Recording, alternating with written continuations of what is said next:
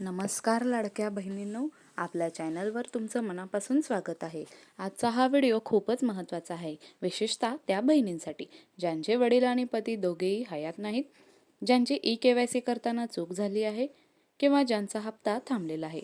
हा व्हिडिओ शेवटपर्यंत नक्की पहा, कारण एक छोटी चूक तुमचा हप्ता थांबवू शकते. महत्त्वाची माहिती अशी की वडील आणि पती हयात नसतील तर काय करायचं. लाडकी बहीण योजनेत जर एखाद्या बहिणीचे वडील हयात नसतील आणि पतीसुद्धा हयात नसतील तर अशा बहिणींनी दोघांची मृत्यू प्रमाणपत्रे अंगणवाडी सेविकांकडे जमा करणे बंधनकारक आहे. फक्त एकाच व्यक्तीचं प्रमाणपत्र दिलं तर अर्ज इनकम्प्लीट धरला जाऊ शकतो. त्यामुळे अशा बहिणींनी वडील पती दोघांचीही मृत्यू प्रमाणपत्रे आपल्या जवळच्या अंगणवाडीत जमा करावी. ई-के-वाय-सी करताना चूक झाली असेल तर एक खुशखबर आहे. खूप बहिणींच्या ई-के-वाय-सी करण्यामध्ये चुका झालेल्या आहेत. त्यासाठी आता नवीन ऑप्शन आलेला आहे.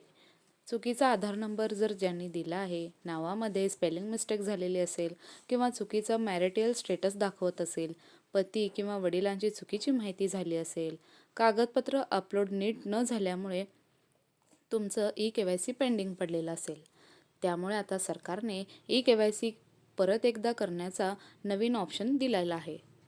त्यासाठी आता नवीन दुरुस्ती ऑप्शनमध्ये काय करता येईल ते बघूया. या नवीन पर्यायामध्ये तुम्ही चुकीची ई-के-वाय-सी दुरुस्त करू शकता, योग्य कागदपत्र पुन्हा अपलोड करू शकता, चुकीची माहिती सुधारू शकता, आधी रिजेक्ट झालेला अर्ज अपडेट करू शकता. ही सुविधा मर्यादित कालावधींसाठी आहे, म्हणून उशीर करू नका. दुरुस्ती कुठे आणि कशी करायची? आपल्या जवळच्या अंगणवाडी सेविका किंवा सेंटरमध्ये जाऊन लाडकी बहीण योजना करेक्शन करून घ्या. सोबत आधार कार्ड, बँक पासबुक, मृत्यू प्रमाणपत्र जर लागत असेल तर आधीचे मोबाईल नंबर. महत्त्वाची सूचना, मृत्यू प्रमाणपत्र जमा न केल्यास किंवा ई-के-वाय-सी दुरुस्त न केल्यास तुमचा पुढील हप्ता थांबू शकतो. आणि हो, ई-के-वाय-सी करण्यासाठी तुम्हाला फक्त 31 डिसेंबर 2025 ही शेवटची तारीख आहे. ही के-वाय-सी जर तुम्ही केली नाही तर तुमचा अर्ज रिजेक्ट होऊ शकतो. म्हणून विषय हा खूप महत्त्वाचा आहे.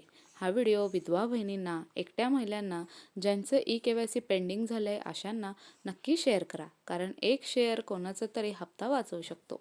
व्हिडिओ आवडल्यास लाईक करा, चॅनलला सबस्क्राईब करा आणि काही प्रश्न असतील तर कमेंटमध्ये नक्की विचारा.